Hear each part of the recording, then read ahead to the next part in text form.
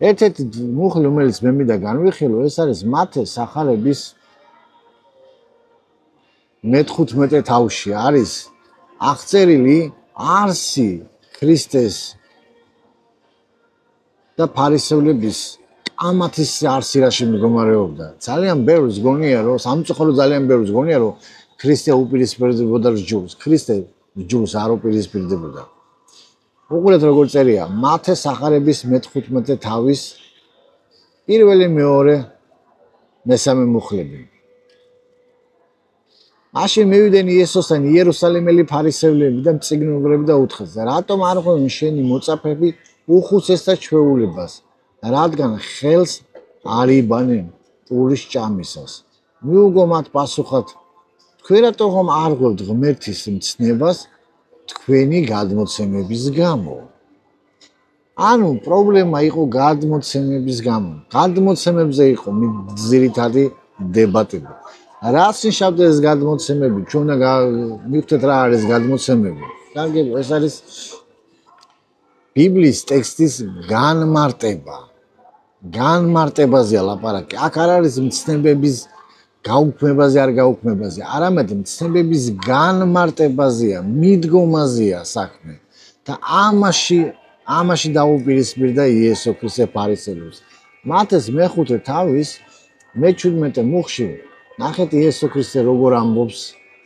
ეს ძალიან ცნობილი მუხლია და ძალიან ბევრს არასწორად ესმის. უყურეთ, არ იფიქროთ, რომ თითქოს რჯულის ან წინასწარ მეტყველთა გასაუქმებლად მოვედი. გასაუქმებლად კი არა, აღსასრულებლად მოვედი. სიტყვა აღსრულება ეს არ ნიშნავს იესო ქრისტემ აღსრულა და დამთავრდა. ეს არა ეს სიტყვა. აქ არის ბერძნული სიტყვა პლეროსაი გამოყენებული და პლეროსა ბერძნულად ნიშნავს აგრეთვე განმარტებას, სწორ სწავლებასაც ნიშნავს. ამიტომ იესო ქრისტე მეუბნება, ნუ გონიათ, რომ რჯულის გასაუქმებლად კი არ მოვედი, არამედ მის სწორ განმარტებისათვის მოვედი, სწორ სწავლებისათვის მოვედი. ესაა ძალიან მნიშვნელოვანი, რომ ჩვენ გვესმოდეს. ამიტომაა ძალიან მნიშვნელოვანი ჩვენ ბიბლიას, ძველი აღთქმის წიგნებს და ახალ აღთქმის წიგნებს ვკითხულობდეთ ორიგინალ ენაზე. თუ რას ნიშნავდა ის ორიგინალ ენას და არ დავიბნიოთ დღევანდელი სათვალეები და არ შევხედოთ აი ასე, დღეს მაგალითად 21 საუკუნის სათვალეა და შევხედო აი ამ სამთვალი და ამით შევხედო და ой ეს ასე ყოფილა. აღსრულება სიტყვა ამას არ ნიშნავს. და ნახეთ როგორ გეუბნები მე-18 მუხლში. ჭეშმარიტად გეუბნები თქვენ, ვიდრე ცა და დედამიწა არ გადაივლის, არც ერთი იოტა, არც ერთი წერტილი არ გადაივლის რჯულისა, სანამ ყოველი არ აღსრულდება. შესრულდება. აქ იესო ქრისტე არ ამბობს წინასწარმეტყველება არ აღსრულდებაო, რომელიც ჩემ თავზე, იმიტომ რომ ძალიან ბევრი არ უკვირდება ტექსტს და გონია რომ იესო ქრისტემ რჯული აღასრულა, რომელიც მასზე იყო დაწერილი წინასწარმეტყველებული წიგნები და აგერც იესო ქრისტეც აგერც ამბობს, რომ არაფრ და დედამიწა გადავა და წინასწარმეტყველება უნდა ასრულდეს, მაგრამ აქ იესო ქრისტეს წინასწარმეტყველებაზე არ საუბრობს. აქ იესო ქრისტე ამბობს რჯულზე, ნახე. არც ერთი იოტა არ გადაივლის რჯულისა და არა წინასწარმეტყველებისა. ძალიან სწორ დეფინიციას აკეთებს იესო ქრისტე, რადგანაც როდესაც იესო ქრისტე გადაგებდა გალილეაში მეკითხარით იყო შამაის სკოლა გავრცელებული. შამაის სკოლა ძალიან კონსერვატორული სკოლა იყო, ძალიან ვთქვათ ორთოდოქსალურად კონსერვატორული იყო. რაბი ჰილელი ცოტა ლიბერალური მხარის რაბინი იყო და ცოტა ვთქვათ ადვილად უყურებდა რაღაც საკითხებს, მაგრამ როდესაც იესო ქრისტეს თავისი სწავლება განმარტება რჯულის ტექსტისა დაუპირისპირდა რაბი შამაის სწავლებას, ზოგიერთმა იფიქრა, რომ იესო რჯულს აუქმებს, რადგანაც მათ ესეთი წარმოდგენა ჰქონდათ, მაგრამ იესო ქრისტე ამბობს, რომ ცნების გასაუქმებლად არ მომსულვარო. ცნების სწორი სასწავლებლისათვის მოვედიო, რადგანაც ცნება არ გაუქმდებაო, სანამ დედამიწა არსებობსო, სანამ ცა არსებობსო. რჯულში ჩაწერილი ყველა სიტყვა მცნება, რომელიც უნდა შესულს, ის არ უქმდება. და ძალიან ბევრ სამწუხარო დღეს გონია რომ თითქოს იესო ქრისტე დაუპირისპირდა ცნებას დასამოძღვრებლად. ანუ არსებობს ტექსტითი თორა რჯული და არის რჯულის გამოძღვრა სასწაულად. მოსეს როდესაც ღმერთმა მიცა 10 მცნება და თელი რჯული სწავლება, მან უთხრა რომ ეს იმიტომ მოგეცე რომ შენ ასწავლო ამ ხალხს. ასწავლო რაც ნიშნავს დაზეპირება 10 მცნების? არა. როგორ გამოიყენო პრაქტიკაში და როგორ განმარტო ეს სწორად, ესაა ზუსტად გადმოცემა ჩემო კარგებო. და იესო ქრისტეს დროს მოხდა ისე რომ ეს გადმოცემა დამახინჯდა. მოდი ცოტა ერთ მაგალითს მოგიყვანთ რომ თქვენ წარმოდგენა გქონდეთ რაც ნიშნავს წერილობითი რჯული და გადმოცემითი რჯული. ებრაელები ამბობენ მაგალითად მიშნა ესე იწყება. ტრაქტატის პირველივე მუხლი ასე იწყება რომ მოსეს სინაიზე გადაეცა თორა, მოსემ გადაცა იეშუა ბენუნს, იეშუა ბენუმ გადაცა ისრაელის მოძღვრებს, ისრაელის მოძღვრებმა გადასცენ წინასწარ მეტყველებს და წინასწარ მეტყველებმა გადასცა დიდ სინედრიონს. დიდ სინედრიონში ეს იგულის დიდ შეკრებელს დიდ კრებულს გადასცა. ნუ სიტყვა სიტყვით ვერ თარგმნი ახლა, შინაარსობრივ თარგმანს გეუბნები ამ ტექსტისა. გადასცა და რათა ადამიანმა დაიცვას ეს რჯული და შემოღობოს ეს რჯული. შემოღობოს, ანუ შემოსაზღვროს, ზღვარი დაუდოს. ეს ძალიან მნიშვნელოვანი ტექსტია, ჩემო კარგებო, მაპატიეთ თუ სიტყვა სიტყვით ვერ გადმოვეცი, მაგრამ შინაარსობრივად გადმოგეცით ეს ტექსტი რას ამბობს? ებრაულ ტრადიცია გვასწავლის, რომ მოსეს გადაეცა 2 რჯული სინაის მთაზე. ეს არის წერილობითი ტექსტობრივი და ზეპირსიტყვიერი. ზეპირსიტყვიერი ნიშნავს ამ წერილობის განმარტება, როგორ განმარტოს. მაგალითად, ჩვენ გამოსვლის წინში ვკითხულობთ, რომ მოიტანე მსხვერპლი, დაკალე მსხვერპლი ისე როგორც მე შენ გამცნო. და არსად არ წერია, როგორ უნდა დაკლა ეს მსხვერპლი. მთელი თორა რო გადაატრიალო არ წერია. ანუ აქედან გამოდის, რომ ღმერთმა უთხრა მოსეს აუხსნა, როგორ უნდა დაიკლას ეს ცხოველი. რჯული ამას ახლა აგიხსნით მარტივ მაგალითს მოგიყვათ. მაგალითად, დედა უწევს თავის შვილს, აგზავნის მაღაზიაში და აძლევს სიას, რა უნდა იყიდოს შვილმა. მაგალითად, ეუბნება პური, რძე, მარილი. ამ სიტყვებს უწევს, რაც უნდა წამოე, მაგრამ ზეპირად ეუბნება შვილსო, მინდა თეთრი პური 750 გრამიანი, რომელიც არის ამა და ამ, მაგალითად არის იბქვილის ფირმის და არა სხვა ფირმის. ამას უკვე ზეპირად ეუბნება დედა, ამას აღარ წეს, იმიტომ რომ ყველაფერს ვერ დაწეს. ასე ეუბნება რძე მინდა, რომელსაც აქვს წითელი თავსახური, რადგან ლურჯ თავსახურიანი არ ვარგა და მინდა იყოს 1.8%-იანი ცხიმით. ამას არ წეს, მაგრამ შვილს ეუბნება.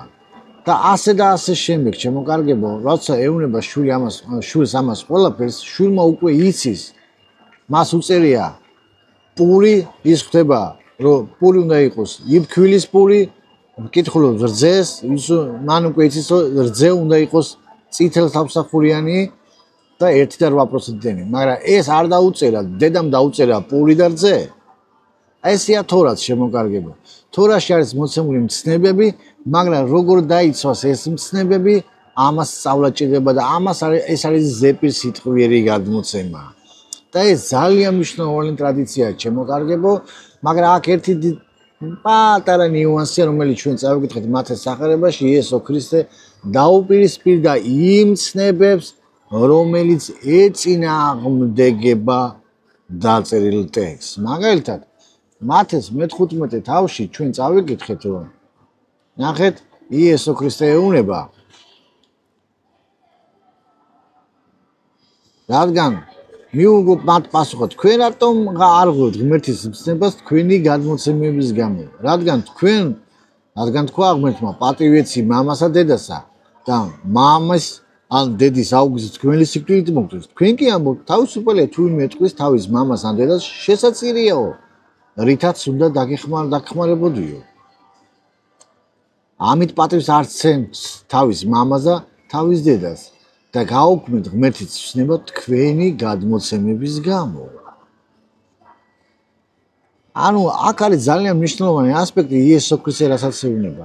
გადმოცემა, სწავლება, რასაც იესო ქრისტე ასწავლის, არავითარ შემთხვევაში არ უპირისპირდება დაწერილ მცნებას. მაგალითად, თუ დედამ დაუწერა შვილს პული მომიტანე იფქვილის პული და შვილმა აიღო და ჭადი მოუტანა, ეს უკვე დაწერილის დარღვევაა. და ესაა ძალიან მნიშვნელოვანი და ამაში მდგომარეობდა ზუსტად იესო ქრისტეს კამათი ფარისევლებთან და მწიგნობრებთან. სადუკეულებზე არ ვამბობ, სადუკეულებზე სხვა დროს ვილაპარაკობ, მაგრამ ძირითადი პრობლემა რაც იყო ფარისევლებს და მწიგნობრებს შორის, ეს იყო რჯულის მცნებების განმარტება. ვინ როგორ განმარტავდა? განმარტებაში იყო პრობლემა. და იესო ქრისტემ თქვა, რომ თქვენი მცნებებით და გადმოცემებით დაუპირისპირდეთ თორის ტექსტს, ღმერთის მცნებებს. როდესაც იესო ქრისტეს ეუბნებიან, რომ შაბათი რატო არ ღვევო შაბათსო? განკურნეო ნებისმიერ დღეს გარდა შაბათზე და იესო ქრისტე ამბობს, ფარისევლებო, ნუ თუ თქვენ რომ ვირი რო ჩაგივარდებათო, ორმოში შაბათს არ მოიყვანთ, ნუ თუ თქვენ სახედას და საქონელს შაბათს არ აჭმევთ. ანუ იესო ქრისტე შაბათის მცნების გაუქმებას კი არ შაბათს კი არ აუქმებს. არამედ შაბათის მცნების არასწორ განმარტებას ეწინააღმდეგება. და ესაა ძალიან მნიშვნელოვანი, რომ ჩვენ გვესმოს, რომ იესო ქრისტეს შაბათი არ გაუქმებია. ჩვენ ვერცად ვერ ვკითხულობთ სახალებაში, რომ იესო ქრისტე უპირისპირდებოდა შაბათს. პირიქით, შაბათს ის მიდის ლუკას სახალებაში ჩვენ ვკითხულობთ, რომ წესის სამებ ის შაბათს მიდის სინაგოგაში და ასწავლის და კითხულობს. წესის სამებ, ჩვეულებრისა, წესის სამებ, ანუ იესო ქრისტეს გამომუშავებული ქონდა ეს და იესო ქრისტე არ უპირისპირდება რჯულს. ზოგიერთმა თქვას ის რჯულის ქვეშ იყო და ამიტომ უნდა აღესრულებია. არა, ჩემო კარგებო, ჩვენ ვთქვით სიტყვა აღსრულება რას ნიშნავს? აღსრულება არ ნიშნავს, რომ ის გინდა თუ არა უნდა აღესრულებია. იესო ქრისტე აღსრულებაში ნიშნავს, რომ მის სწორი სწავლების, სწორი განმარტებისათვის მოვიდა, რათა რჯული განამტკიცოს. კი არ გააუქმოს, არამედ განამტკიცოს მისი სწორი სწავლებით. და ესაა ძალიან მნიშვნელოვანი გაკვეთილი, რასაც ქრისტიანების 70-80% არ ესმის. მათ გონიათ, რომ ქრისტე მოვიდა, გააუქმა, მადლის ეპოქაში ვარ, მადლი ძველ ხმაშიც იყო. ებრაელები მადლით გადარჩენ. პასექის იგივე ღმერთმა რო გამოიყვანა, პასექის დღესასწაული ეს ღმერთის მადლია. თავად ღმერთი ეუბნება, რომ ნუ გონიათ, რომ თქვენ პატარა ერი რო ხართ, იმიტომ გამოგიყვანეთ, იმიტომ გამოგარჩით. არამედ სიყვარულისა და თქვენი მამა აბრაამის ფიცის გამო. სიყვარული მადლია, ჩემო კარგებო, წყალობა მისი. ამიტომ, როდესაც ჩვენ ვლაპარაკობთ ებრაული გადმოცემები ძალიან მნიშვნელოვანია, ჩემო კარგებო, ის გადმოცემები, რომელიც არ უპირისპირდება წმინდა წერილის ტექსტს. როდესაც ჩვენ ვკითხულობთ, არ გაიკეთო რამე ხატი იმისა, რაც საშია, რაც დაბლაა, რაც მიწისქვეშაა, რაც წყლისქვეშაა და ჩვენ ვაკეთებთ თქვით ხატს, როგორ გონია?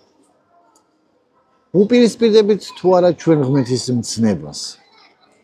მარტივი მაგალითი მეკითხარით, დედამ დააბარა შვილს პული მომიტანე, მან აუხსნა როგორი პური უნდა, მას უნდა იფქვილის პული, რომელიც 350 გრამს იწონის, თეთრი პური უნდა და მაგრამ აიღო შვილმა მოიტანა მჭადი. დაარღვია თუ არა ის დაწერილი, რაც დედამ დაუწერა? რა თქმა უნდა დაარღვია. ასევე ეს ხატიც არის დარღვევა იმ ცნებისა, რომელიც ღმერთმა მისცა. არ გაიკეთო. თქვენ მერე დამიწყებთ მე კამასო, კი, მაგრამ მოსემ ხო გამოსახა. ქერუბიმი ხატი არ იყო ჩემო კარგებო, ეს იყო კიდობანზე დავანებული ისა, რომელსაც წელიწადში ერთხელ მხოლოდ მღვდელმთავარი ხედავდა, მეტი ვერავინ ვერ ხედავდა მაგ ქერუბიმს. მას არავინ არ ეთაყვანებოდა, მას სანთელს არავინ უთევდა. მღვდელმთავარი შედიოდა ღმერთის თანდასრებაში და დღესდღეობით ჩვენ გვყავს მღვდელმთავარი იესო ქრისტეს სახით, რომელსაც შეუძლია ამ თანდასრებაში შევიდეს და ჩვენ როდესაც გვწამს იესო ქრისტე, ჩვენ ვართ მასთან. ღმერთის თანდასრებაში ჩვენ ვერ შევდივართ. ჩვენ რო იესოში ვართ, იესო შედის ღმერთის თანდასრებაში. აი, აქედან გამომდინარე ვართ ჩვენ ღმერთის თანდასრებაში.